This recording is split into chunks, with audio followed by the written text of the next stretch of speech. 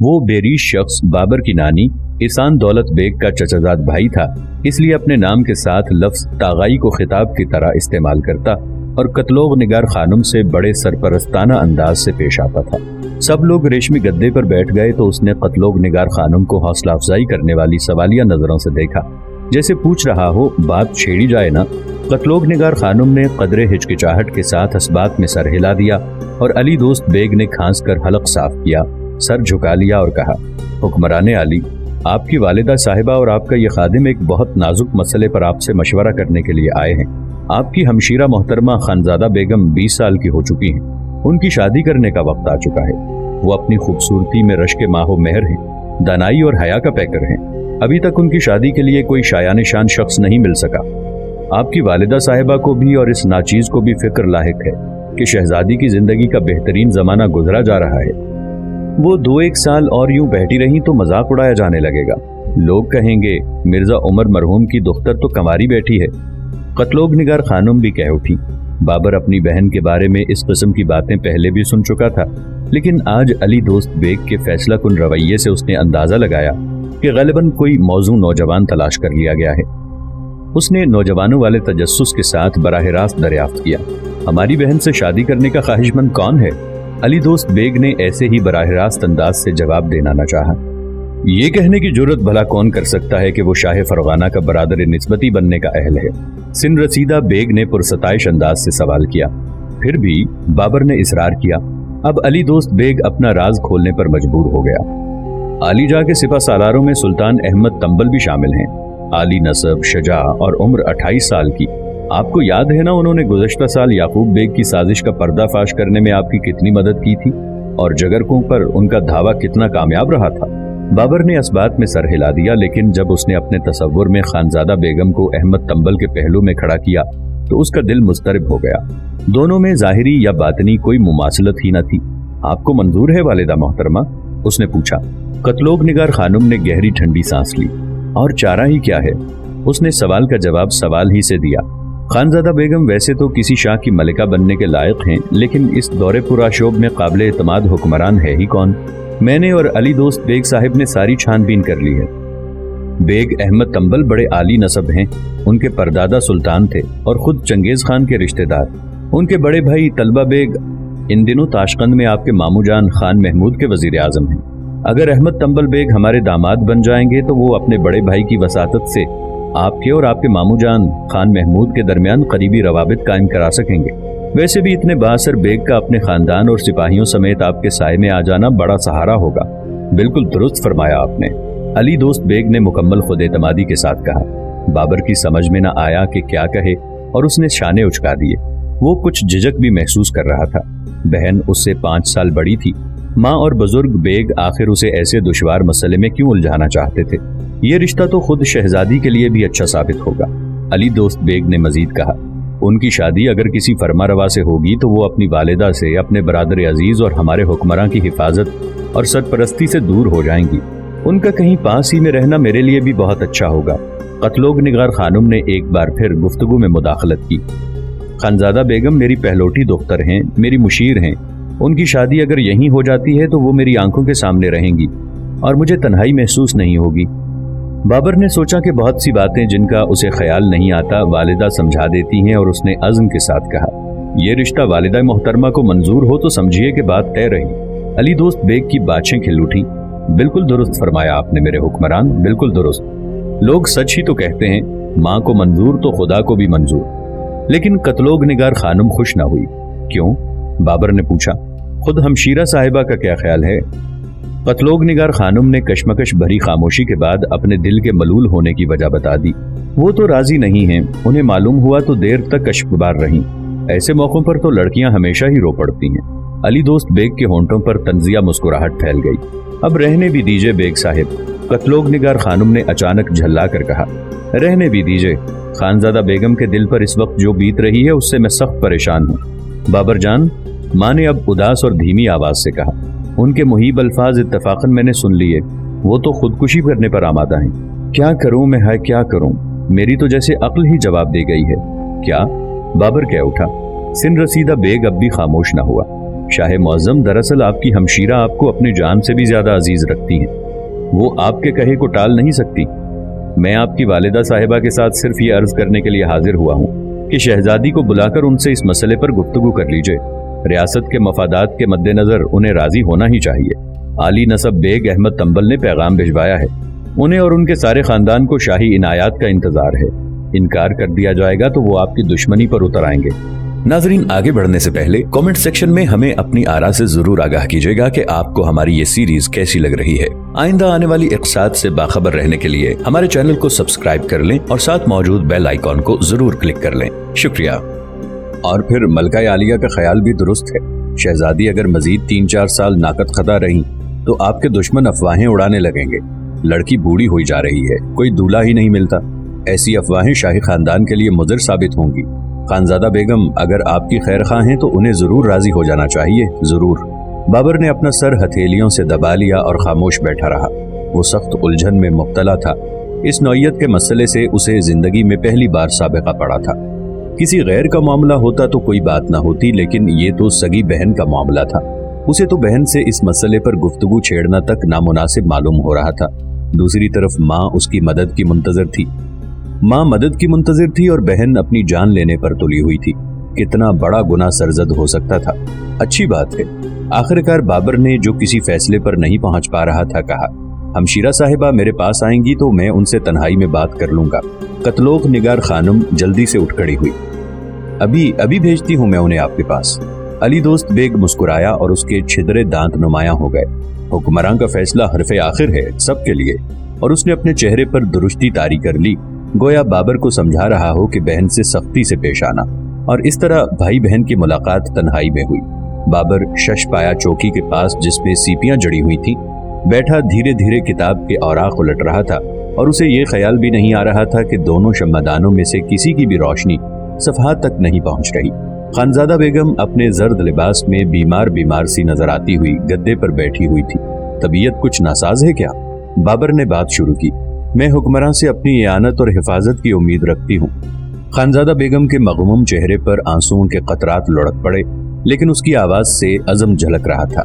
बाबर का दिल एक बार फिर मुज़तरब हुआ उठा। औरतों की अश्कबारी उससे देखी नहीं जाती थी। वो पेचीदा मसाइल कुछ कम थे जिनसे सिपा सालार के मुकद्दर ने मावरन नहर के इत्तेहाद के अलमबरदार के मुकद्दर ने उसे दो चार कर रखा था। उसने बड़े दर्द व गम के साथ कहा, इयानत की जरूरत तो मुझे खुद ही है हमशीरा साहिबा। मैं तो खुद ही इन उलझनों से निकलने का रास्ता तलाश कर रहा हूँ जिन्होंने मुझे घेर रखा है। जाने कैसी कैसी दुश्वार जिम्मेदारियां मेरे सर पर आन पड़ी हैं। आप अपने आंसुओं से मुझे लाचार कर देना चाहती हैं क्या? खानजादा बेगम ने फौरन ही आंसू पोंछकर खुद पर काबू पाने की कोशिश की। मोहतरम अमीर, मैंने सुना है कि अहमद तंबल ने पहाड़ों पर मारे जाने वाले गल्लेबानों के सर काट लिए थे और उनसे भरा हुआ बोरा लेकर वापस लौटा था। बाबर को उस नौजवान का जिसकी अभी मसें ही भीग रही थी खून से लथपथ सर याद आ गया और वो चौंक पड़ा। मार्कों में सर तो कटते ही हैं। उसने बहन से ज्यादा खुद को मुतमईन करने की कोशिश करते हुए कहा, आखिर हमारे सिपाहियों को भी तो मौत के घाट उतार दिया गया था। मैं तो अपनी सीधी सादी जिंदगी किसी तालीम याफ्ता शख्स के साथ गुजारने के ख्वाब देख रही थी। अहमद तंबल के हाथ तो खून में रंगे हुए हैं। वो तो कातिल है, कातिल। आलिजा, क्या वाकई उस शख्स को मेरे लायक तसव्वुर करते हैं? आपकी जैसी सिफात वाला खामिन तो शायद दुनिया में कहीं भी ना मिलेगा। फिर भी गालिबन वालिदा मोहतरमा ने आपको इस तजवीज़ से मुताल्लिक असबाब बता दिए होंगे और मैं भी मजबूरन आपसे यही इल्तमास कर रहा हूँ। खानजादा बेगम ने शम्मों की धुंधली रोशनी की तरफ तकते हुए अचानक अहमद तंबल का, उसके बेडौल जिस्म और बालों से खाली चेहरे का तसव्वुर किया। सोचा कि उसे एक ही बिस्तर पर उस शख्स की हमख्वाब होना पड़ेगा और कराहत के मारे उसके बदन में झुरझुरी आ गई। मुझे उस बेग से डर लगता है। आपको किसी से खौफ होने की जरूरत नहीं हमशीरा साहिबा। मैं किसी को आपका बाल भी बेका न करने दूंगा, लेकिन आपकी हमशीरा की शादी जबरदस्ती ऐसे शख्स से, इतने मकरू शख्स से की जा रही है। इससे बड़ा और काबिल मदावा जुल्म और क्या हो सकता है? बाबर का अज़्म जवाब दे गया, जुल्म तो खुद मुकद्दर ही है।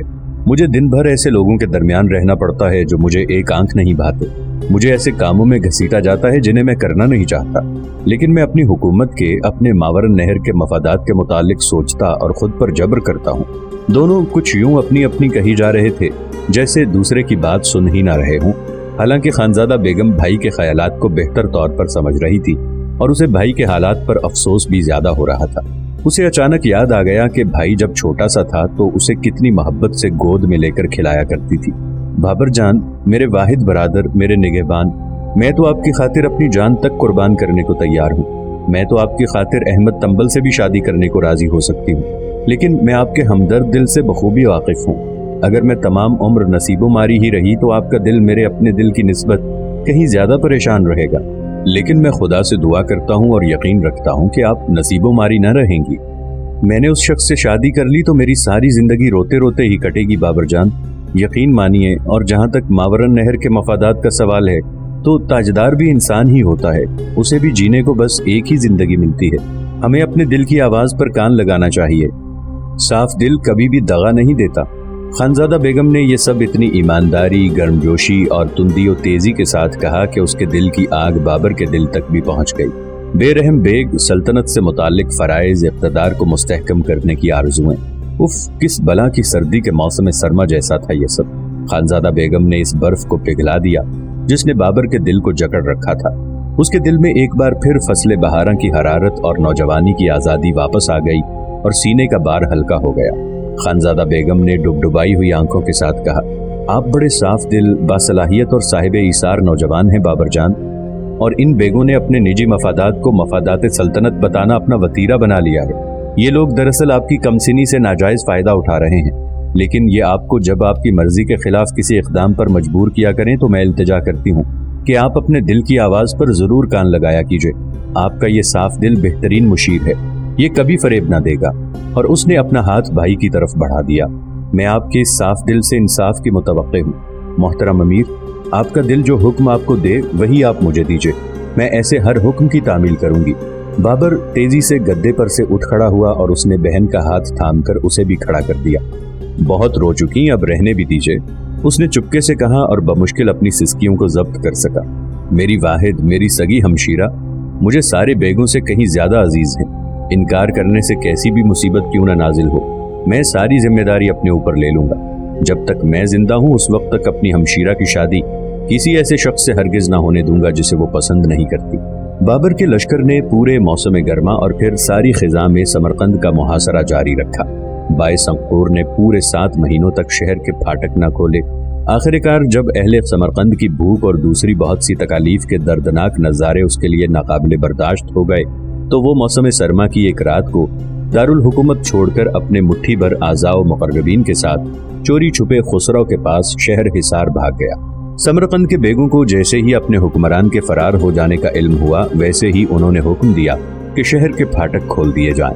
बाबर 3000 से जायद पूरी तरह मुसल्लह फौजियों के साथ, जो कि उसके समरकंद लाए हुए लश्कर जर्रार का सिर्फ एक हिस्सा थे, नक्कारों और करनाओं की गूंज के दूर दरमियान शहर में दाखिल हो गया। उसने दुनिया के उस उजूबे को पहली बार 5 साल की उम्र में देखा था और अब दूसरी बार देखने पर ठीक से याद नहीं आ रहा था कि समरकंद में कौन सी चीज कहां पर है। उसे अपनी निगाहों के सामने शानदार गुंबद बर्फ की नीलगुं चट्टानों की तरह फजाओं में तैरते हुए नजर आए तो उसने कासिम बेग से यह दरियाफ्त किया कि इनमें से कौन सा गुंबद अलग बेग मदरसे का है और कौन सा बीबी खानम मस्जिद का। दस्ते कले की फसील के करीब ठहर गए और बाबर मशहूर होकर गोरा अमीर के हैरत अंगेज तौर पर खूबसूरत गुंबद को अपने उन अजीम आबा व अजदाद के मकबरे को देखने लगा जिनके कारनामों की यादें उसके अंदर शोहरत की भूख को भड़काती रहती थी।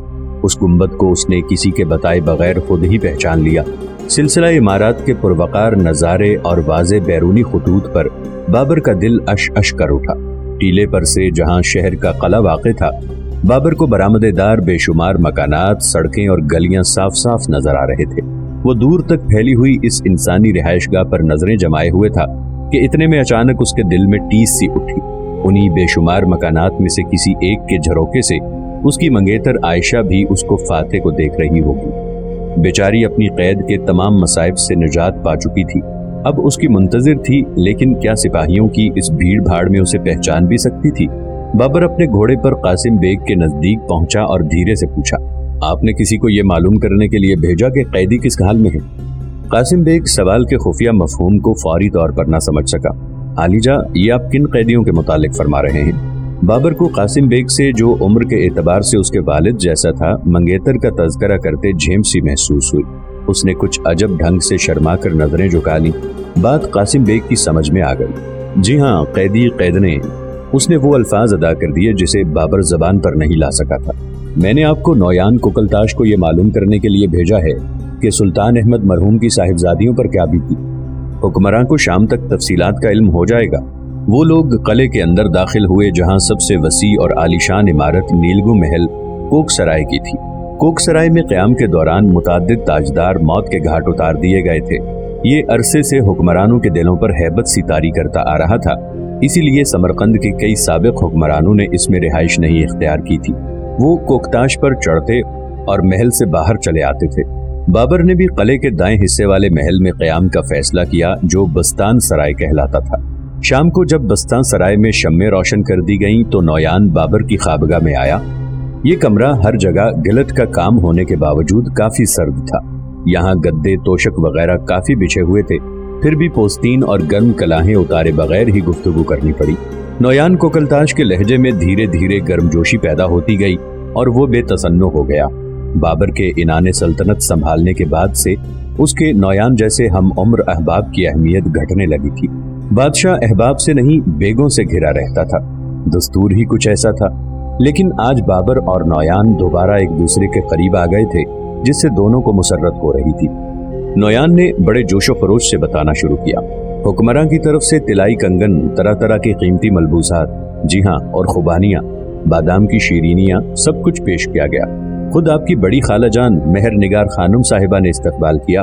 मेहर निगार खानुम कतलोग निगार खानुम की बड़ी बहन और मरहूम सुल्तान अहमद की बड़ी बेगम थी। आयशा बेगम की मां का जवानी में ही इंतकाल हो गया था और आयशा की परवरिश मेहर निगार खानुम ने ही की थी, जिसके अपने बच्चे नहीं थे।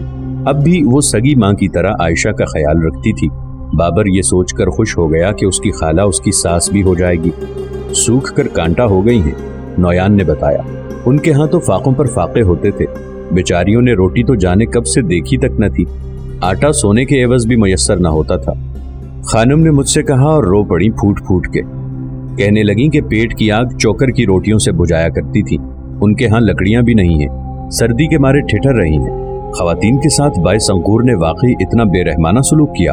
खुद मिर्जा बाई संकूर को भी तो आखिरी दिनों में पेट भरकर खाना नसीब नहीं होता था। पूरे 7 महीनों तक मुहासरे में रहना कोई हंसी ठट्ठा थोड़ी है। सड़कों पर लाशें पड़ी रहती थी। शहर शदीद ग़िज़ाई किल्लत का शिकार था। गरीब लोग तो कुत्तों तक को खा गए। हमें उन सारी बातों की पूरी तरह खबर नहीं हो सकी थी। मैंने उन लोगों के यहाँ से वापस लौटते ही कासिम बेग साहिब से मुलाकात करके मुख्तसर सारी सूरत हाल बता दी है। 1 अराबा आटा, चावल, 1 अराबा लकड़ियाँ और 10 भेड़ें, ये सब मैंने अपनी निगरानी में खानुम साहिबा के यहाँ पहुँचा दिया। इसके बाद ही आपकी खिदमत में हाजिर हो सका हूँ। नौयान कुकलताश चंद लम्हात तक खामोश रहा, फिर पुरस्रार अंदाज से मुस्कुराया। अब वो आयशा बेगम का तज़किरा करने जा रहा था। बाबर ने बेसब्री से हाथ झटक दिया। बताओ नौयान, बताओ भी। गिलट के काम के दीवान खाने में जो तकरीबन ऐसा ही था, नौयान ने दीवारों पर नजरें दौड़ाते हुए कहा। सफेद जालीदार बुर्के में मलबूस आयशा बेगम ने मुलाकात की। नौयान एक बार फिर खामोश हो गया। दरअसल आयशा बेगम उसे पसंद नहीं आई थी। नकाब से ढके हुए चेहरे को तो वो नहीं देख सका था, पर कद बहुत छोटा सा था और दुबली सी नजर आई। खुशामदीद, उन्होंने कहा, और उनकी आवाज बड़ी शीरी, नाजुक और साफ थी। कैसी बेइंसाफी है ये, बाबर ने सोचा। वो आयशा की याद में तड़पता हुआ अंदजान से समरकंद तक आ गया था, लेकिन उससे फौरी तौर पर मुलाकात नहीं कर सकता था। उसकी इजाजत ही न थी। दोनों के दरमियान रस्म व रिवाज की दीवारें हाइल थीं। वो मुलाकात करता तो चेमगोइयां होने लगती। उसकी बेसब्री से आयशा के रिश्तेदारों को ठेस पहुंच सकती थी। लेकिन नौयान कुकलताश के चेहरे से साफ जाहिर हो रहा था कि उस बेइंसाफी का इलाज उसके पास मौजूद है। उसने अपनी बगली जेब में हाथ डालकर सफेद रेशम की एक छोटी सी थैली निकाली। आयशा बेगम की तरफ से आपको यह थैली आपकी खालाजान ने भेजी है।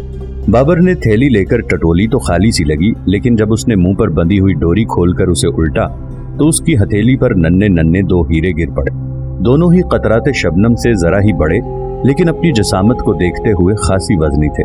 उनकी ताबानी राहत और हरारत बख्श रही थी। जरा इसे उलटकर तो मुलाहिजा फरमाइए, नौयान ने कहा। थैली के ऊपर छोटे छोटे दाने खूबसूरती से टंगे हुए थे और अंदर रेशम से बड़ी नफासत के साथ 2-1 अल्फाज कड़े हुए थे, जिन्हें बाबर पहली नजर में देख ना सका। बस 2-1 ही, लेकिन कितने शानदार अल्फाज। नजात दहिंदा के लिए, اور بابر کو یہ الفاظ عشقیہ اشعار سے بھی زیادہ لطیف و شیریں معلوم ہوئے۔ صاف ظاہر تھا کہ عائشہ بیگم نے یہ الفاظ پہلے ہی سے کاڑ رکھے تھے۔ نویان کی موجودگی میں اس کشیدہ کاری کا سوال ہی نہیں اٹھتا تھا۔